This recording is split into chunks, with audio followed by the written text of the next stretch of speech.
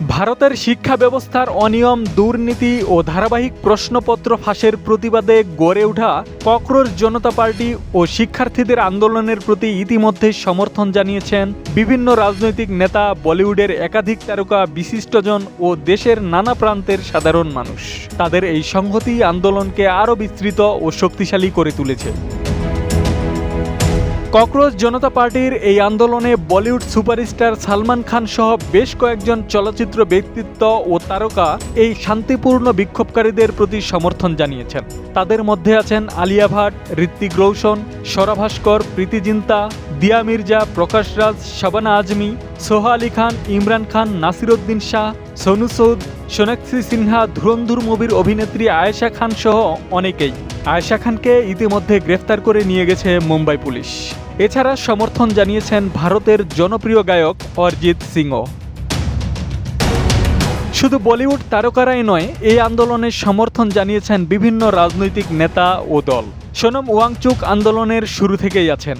আরও সমর্থন দিয়েছেন পশ্চিমবঙ্গের সাবেক মুখ্যমন্ত্রী মমতা বন্দ্যোপাধ্যায়, কংগ্রেস নেতা রাহুল গান্ধী ও প্রিয়াঙ্কা গান্ধী।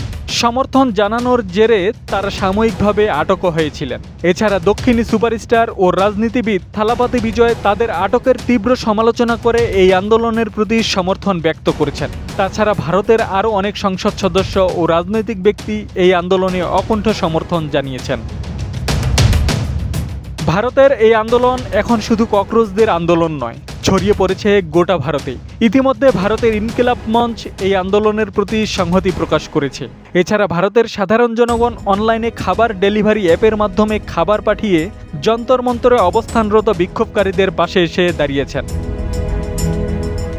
ভারতের শিক্ষামন্ত্রীর পদত্যাগের দাবি নিয়ে শুরু হওয়া এই আন্দোলন এখন শুধু আর যন্তর মন্তরে সীমাবদ্ধ নেই। এই আন্দোলন ছড়িয়ে পড়েছে গোটা ভারতে।